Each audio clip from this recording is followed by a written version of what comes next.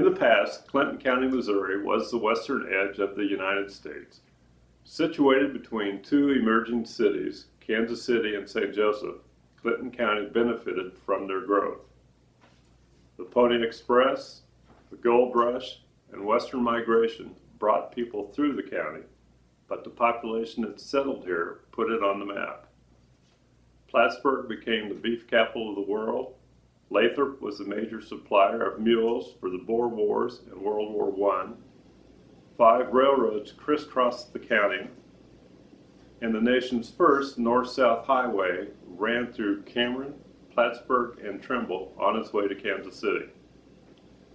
Clinton County was home to David Rice Atchison, president for a day, James Harvey Birch, Missouri Supreme Court judge, Willis J. Wynn, president of the Cleveland Federal Reserve, and James Marshall, early leader of the Manhattan Project.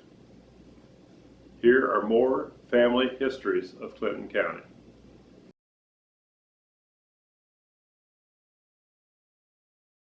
My name is Dan O'Connor. This is my wife, Georgia, and my girlfriend, Ellen, that everybody in town knows.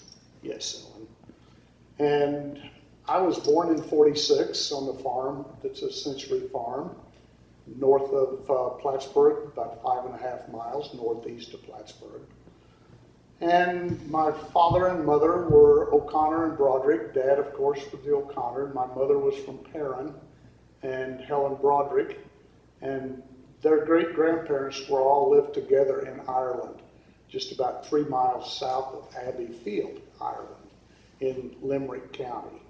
And the little village that they came from was called Grogeen. And the Brodericks came over in 1867, and they wrote the O'Connors that they should come over. And the O'Connors left after they got married about 3 months, my great-grandfather. They came to New York, and then they made their way to Sandusky, Ohio, and Fremont, Ohio. And my grandfather was born there 3 months after they got here. I think it took them 30 days on the water to get over here to New York. And the Brodericks then picked the O'Connors up at Liberty Landing and brought them to Perrin in '68. So we've been here, they've been here a long time. I've got pictures of my great-grandparents and pictures of my grandparents. And I would go up the highway, either on the pony or bicycle or walk every day, which was just a quarter of a mile up the highway. And I'd take my pony and tie it to the well handle and visit with Grandpa. And he was in his 80s, and never did I hear one story twice. He had great mind until he died at 94. But we've been there. Then Dad and Mother moved their house in 1942 down to where it currently sits. And my oldest sister was born in the hospital, and then my next sister was born at home. I was born at home, and my baby sister born at home. So we've been really close there, and the house is still pretty good shape. The back porch is the office, and I spend a lot of time paying all the bills and going through the mail there. And the boys have the kitchen that they can make their coffee and sit and visit, read the paper, and the bathroom. The front part of the house is closed off right now, full of furniture. It's been there since '42, and the basement of that house is hand-hewed logs where you can see the axe marks where they made and built the house. And we raised 3 fine boys that went to Plattsburg School here, and we farmed and had bluegrass, which somewhere we'll have a picture of a bluegrass stripper. And we harvested bluegrass seed, and that was really Dad's main chore. He had some cattle, not nearly as many as Grandpa did, but he had the cattle, and they would full feed them and sell them as fat cattle. We had baby pigs when I was growing up and little, which when I got married in '67, or we got married, I decided I had enough of the hogs, and they had their head on the wrong end, I always thought. So we got rid of the hogs, and then we've been in the cow-calf business since the early 70s. Where do we go from there? The boys, I did not want to go to college. I wanted to start farming. I didn't want to, as the way I told Dad, I don't want to waste 4 years of my time and cost $10,000 to get an education when I knew what I wanted to do, and I feel like I can probably learn more with experience than I could out of a book. So I started farming. We got married, George and I still am 2 years older than Georgia is. And I remember watching her get out of the pickup every morning from her mother driving her to school, and watch her come into school, and I thought, this is who I want to date. So we dated 3 years and then got married. Georgia was 18 and I was 20, and my father told me I was too damn young to get married. And in retrospect, he was probably right, but it's worked out anyway. I remember right where we were when he told me I was too damn young, at Halfordy's elevator. Jeanette's sitting over there, but when we went by the elevator, he told me I was too young. Mother kind of was one of the first board member, the first registered nurse of Oak Ridge Nursing Home, and the first director of nursing. She did all 3 jobs for $17,000, and I think our administrator now gets about $150,000. But she started the nursing home, and we kids said, I think she cares more for it than she did us. But she was a very good administrator. When Mother was a corpse and the rosary was going on at the church, Kim Gingelbach came up to me and said, I've got a story to tell you on your mother. I said, I would love to hear it. She said, I was sitting on the floor in my white jeans, scrubbing with a toothbrush between the baseboard and the floor. She was a candy stripe. She was candy striping. And Mother heard one of the LPNs say, Kim, you're going to get your jeans dirty. And my mother said, not on my floor, they're not going to get dirty. Then Francis Hales got to the rosary, and Francis Hales said, Dan, I've got a story to tell you about your mother. I said, I would love to hear it, Francis. So he said Mother was buying the groceries, and she always tried to trade at home to give business to the local businesses, and she would buy the groceries from Francis Hales. And Francis said one day, your mother called and said, I need 40 pounds of chicken. He had it on sale for 10 cents a pound. And Francis said, Helen, I can't sell you that for 10 cents a pound. That's less than what I paid for it. And so Mother said, fine, I will send the help up one at a time to get a $10 order. And Francis said, okay, Helen, you can have it. But Mother was very interesting, and then she was ombudsman for about 10 years after she retired. So they got a nice plaque down there, and Mother thought a lot of Oak Ridge. And I continued farming, and Dan S. came along fairly shortly, and he was a really good worker. All 3 boys worked every day with me. They would, whether we were working or not, they would go with me. And Dan S. really liked the farming, and thank goodness Dan S. inherited George's dad's ability to fix things, because I have none, never did. And Dan S. would fix things out there and put them together. He had a really good teacher at school that taught him how to weld, Jack Cyphers, our ag teacher. And one day we were fixing something and I was welding it. And I had to go in and use the phone, and I got back and Dan had welded it. And it was 5 times as good as my weld would look. So I realized when he was a junior in high school, he was a lot better welder than I was. Dan then, as I said, inherited Ralph's ability to take things apart, put them back together. George's dad worked at the hardware store and worked on pumps, washers, dryers, dishwashers, all the handyman stuff. And Dan inherited that, thank goodness. Kylie came along and went to school and finished his 8th grade and went to enroll, and he brought his schedule home and he didn't take FFA. And I thought, how strange, because we always had a good time working, tried to make fun out of it. And I said, Kylie, you didn't take FFA. And he said, well, Dad, I don't want to farm. And I said, I don't care if you farm or not, but Dan made really good friends and he learned a really good trade.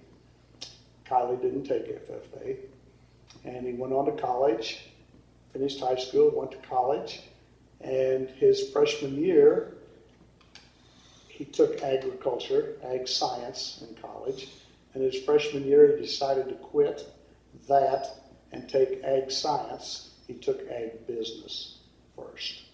And he would call and he would want to know how the calves weighed from the Breckenridge place, or what the corn made at the Turney farm, or what the soybeans made at Potter's. So Kylie just about finished his college education, his junior year, and he said, Dad, I want to quit and come home and start farming. I said, Kylie, you didn't want to farm when you went to college, so you're going to have to stay and finish, and then you can come home and farm. So Kylie loves farming. His oldest boy graduates from University of Nebraska, and come May, he'll be back farming. And if we don't have enough cows, Kylie can help run a combine or a tractor because he's very good at that also. Chad was our baby, and when Georgia was expecting Chad, I told my mother that we were going to have a little girl. We had a name picked out, Danielle Denise. And when Chad was born, I said, this baby's going to have long dark hair, because the first two babies were bald-headed. And Chad was born, I called my mother and I said, I was half right. And he had the really dark brown hair, about 3 inches long, but he was another boy. And I decided that's probably enough boys to have. And Chad went to college and Kylie roomed with Kylie, Chad did. Chad played football for Southwest Missouri State.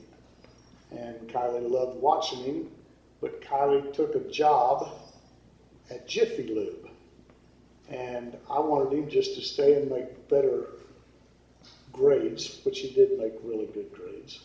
And he quit, and he would have to miss maybe half of Chad's football game because he was working at Jiffy Lube. And the main thing Kylie got out of college was not being afraid to get his hands greasy. And he services most of the tractors and trucks and pickups because of his job that I tried to talk him out of taking. So I thought that was an interesting way it happened. Georgia, do you want to jump in and say something? Not yet. Not yet. Not yet. So Chad came back from college. In fact, I went to talk to his coach after Chad's freshman year, Jesse Branch. And I said, Coach Branch, if Chad comes home over the summer, is this going to deter from him starting on the football team? And Coach Branch said, Dan, I would rather have a farm boy than anybody. And Chad had a good year, 2 or 3 good years playing college ball, and George and I never missed a game. We went to all of them, and from Eastern Illinois to all over creation to football games. And I'd work like hell for 6 days, and the 7th day we'd get up at 3 o'clock and head to a football game and get home at midnight. But it was a lot of fun having him in college. Okay, we've talked about Chad and his business over at Lathrop and the anhydrous plant up on 33 Highway and his shop on 33 Highway. He employs a lot of people, a lot of really good people, and we've got to be really good friends with some of them. Chad's oldest son is running the seed warehouse at Polo and has turned out real well. His middle son didn't like around here, and he's a welder, and he's got a trailer, and he pulls a trailer to live in, and sometimes he's in Texas, sometimes Louisiana. Now he's going to West Texas on a big job. I don't know what. Drew is our last grandchild, and he's a pole vaulter, and he's from Lathrop. And Georgia and I had an awful time rooting for Lathrop. Since we have rooted for I'm doing really well. Georgia doesn't do quite as good as I do with that. I bought my first Lathrop t-shirt or sweatshirt from Ivan over at Gower. And Ivan said, I said, well, Ivan, I guess, and Ivan's gone now, I guess I better buy a Lathrop sweatshirt. And he said, well, do you want a mule head or the mule shoe on the back of it? And I said, Ivan, I'm not sure I'm ready for that yet. So the back of it is blank, but now it's got Drew's number on it. And it says mules across it says Lathrop across the front, and a little block that says mules. And I still wear it. Drew's he was a good football player. He was a good basketball player and track, but he fell in love with pole vaulting. So we've been a lot of places to pole vaulting, and Drew's done very well, and it's fun to see Chad get the enjoyment that I had with Chad in college ball. It's fun to see Chad have the same enjoyment. And I went with Chad and Drew up to northern Iowa to look about that school for him to pole vault. And I know he's going to Memphis University to pole vault. They're really excited to have Drew, and he's won state. He should win state again this year. So he's a lot of fun to watch. A really, really smart boy that will be valedictorian of Lathrop. And we both enjoy going to Lathrop and watching Drew. And I was in a lot of pictures at Lathrop football games of people taking pictures of me with a yellow shirt on, because they never thought they would see that. I played for Plattsburg here. The boys all played for Plattsburg. Most of the grandsons played for Plattsburg, and it was very strange rooting for Lathrop. But they've got a really, really good school. And I will wear the yellow and black, but I won't wear Lathrop. But I will wear the colors. But she's doing better. She asked me to buy her a pair of yellow jogging pants to wear to the track meets this fall. So. Thank God it's the last year, so that's all. But we've enjoyed it. Kylie was on the school board one term, and he was really glad to get off of that, so he's going off of that. That was a good experience. You were on the school board. I was on the school board a long time ago. We had a great board when I was, not because I was on it, but we had a really, really good school board. And we had a really good school too. Enough said about the school. We're just both die-hard Plattsburghers, because Yeah. my family came here and his family came here, and all we've known is red and black, so forever. 1 minute left. Daniel was quarterback for Plattsburg his freshman year through senior year, and we enjoyed Kylie was that. quarterback. Caden quarterback more than Kylie. Kylie moved to linebacker and was a very good linebacker. The story of the cattle and Jack Delaney, the one big question I had was, what did Jack Delaney do that made somebody 3.5 years old want to put flowers on his grave every year? And I don't know. And I didn't know about 10 years ago that I was only 3.5 when Jack Delaney died. But I would really like to know. I don't know whether he gave me money or whether he gave candy or what, but he was up at Granddad's, and I would go up to Granddad and lay on his bed on my stomach. And the bed had knobs that would screw off. Now, I used to think the knobs were this big, but when I bought the bed from my aunt, Uncle Vince's wife, we went in with the boys trick-or-treating, and we saw those knobs, and they were only this big because my hands were really It's kind of like a little. fish store. When I You know, was the at fish is really Granddad's. big. But I went down to buy the bed because the bed that was in there was a 50th wedding anniversary to my grandpa and grandma for 50 years, and the bed was given to them by my favorite uncle in Nebraska. So I wanted the bed at no cost. My mother was extremely thrifty, and I went to the nieces to buy the bed, and they wanted to know what I would give for it. And my granddad would always say, "It's hard enough to pay for it, son, let alone price it." So they wouldn't price it, so I offered them, it was not an antique because it was made in new in 1947. So it was a long way from an antique, but it was in really good shape. So I said $300, and one of the nieces said, well, we had a little more than that in mind. And I said, $400? And they said, well, we had a little more than that in mind. They were going to college. So I said, $500. And they said, okay. So I loaded the bed and came out the house to the farm to get a check. And Mother said, did you get the bed? I said, yes, I did. What'd you have to give for it? I said, $500. Mother said, oh, no, you didn't. I said, Mother, you'd have said that if I'd have said $50. And she would have, because she was very tight, very thrifty.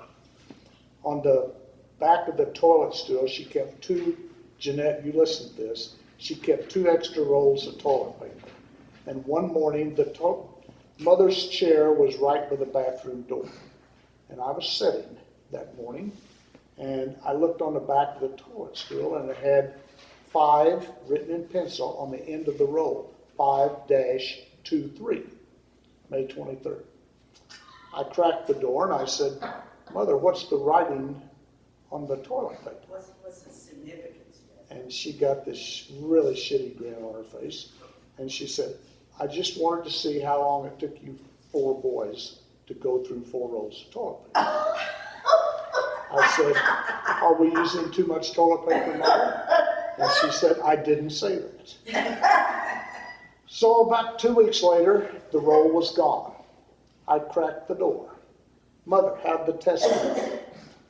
She got that same shitty grin, and she said, 2 rolls a week. I said, and how much does toilet paper cost? I had not a clue. I'd never bought a roll of toilet paper. Mother said, buying it the way I buy it at Pomida, 24 rolls to the back, 25 cents a roll. I said, so we're talking 50 cents a week. Mother said, I didn't say you were using too much. So that's the toilet paper story. She always looked. The 3 square rule for toilet paper. 2 for your ass and 1 for your finger. But Mother drank 1 beer every day.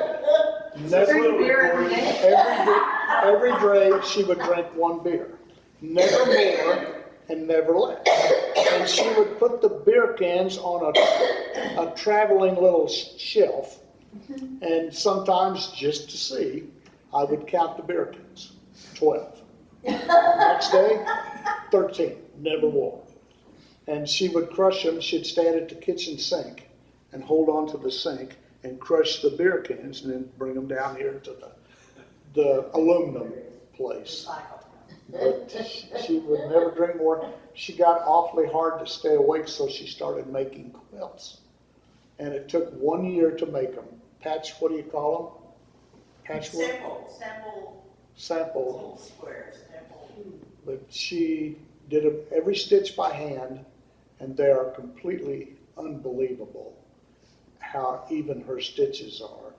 And it would take a year. She'd make a block, put it in the quilt, another block. The quilt is on my favorite bed downstairs, and it's that Mother made. And she made 12 of those quilts before she died, 1 for each child. And then if we give one of our kids our quilt, all 12 grandkids have a quilt. And they are really, really nice. You would enjoy seeing the quilt. And she did that to stay awake?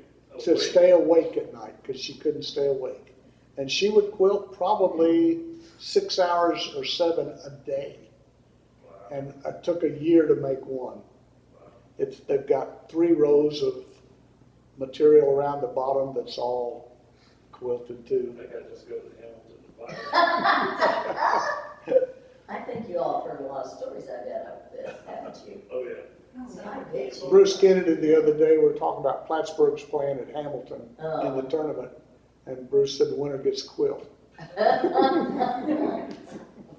Speaking of that, this came from Mr. Williams, Lathrop. You know what the Lathrop mules used to be called? No.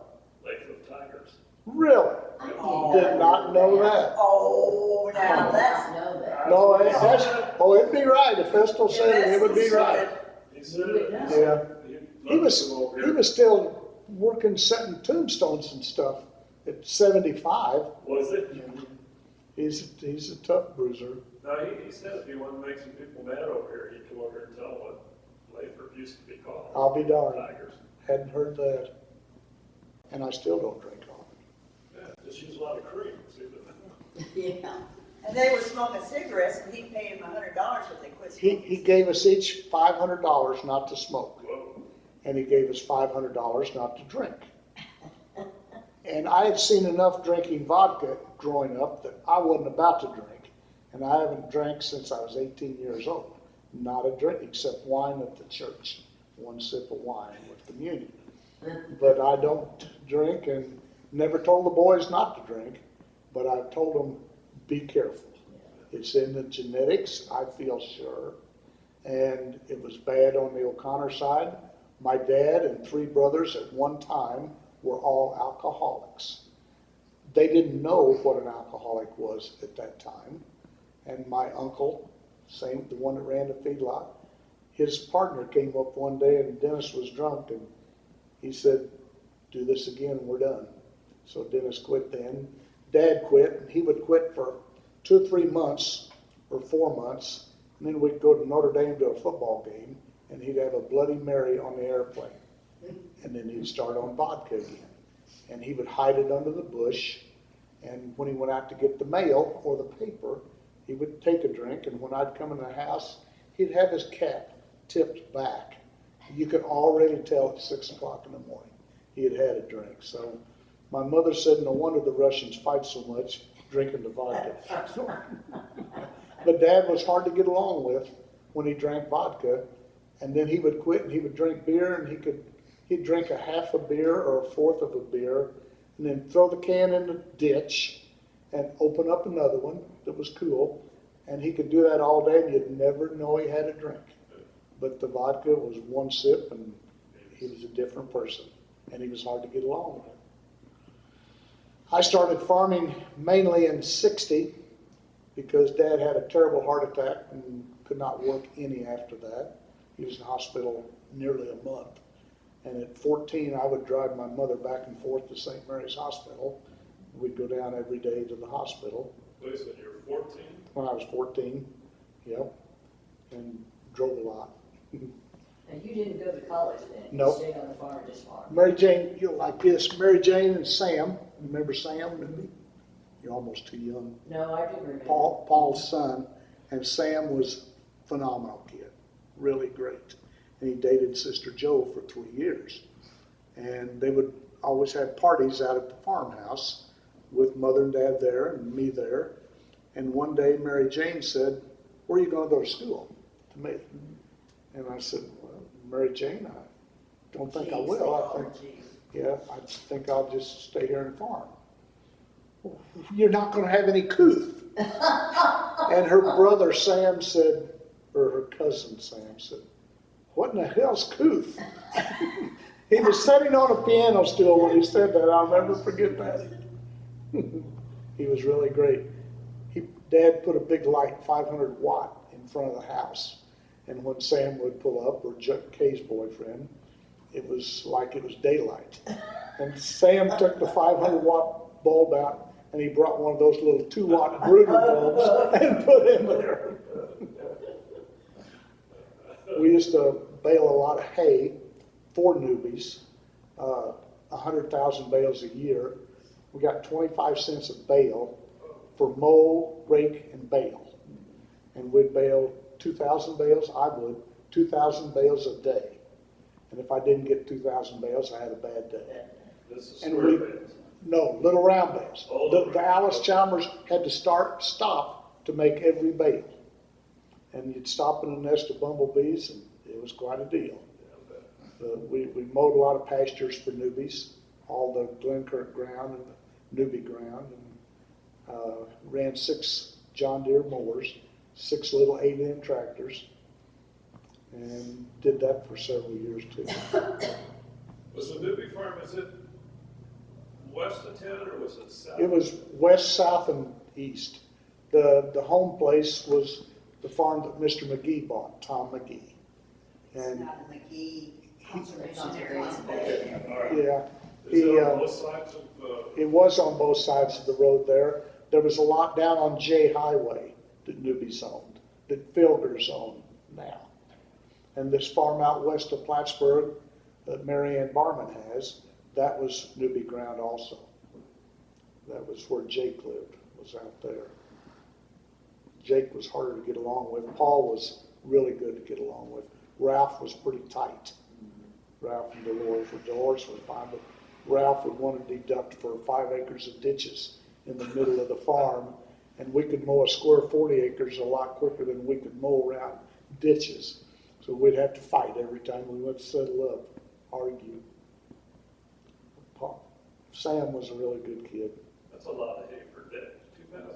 We would Back when they had a lot of cattle. mow 240 acres a day with those 6 John Deere mowers. One person did the guards, checked the guard bolts. One filled the tractors up. One checked the oil. One put in new sickles, and then we'd take off and mow. And Just keep it going. we would put hedge balls, raise a little hood on the 8 end. There's a toolbox, and we'd fill that full of hedge balls. And then we'd throw hedge balls at each other all day. And sometimes we'd try to catch them. It's a wonder we didn't go off the tractors and run over somebody too. Brad Downey worked for us. Emerson Swope married my cousin. And 2 Orr boys, Richard and Dale Orr, and Martin, 3 Orr boys, mowed for us. So we would mow 240 acres every day.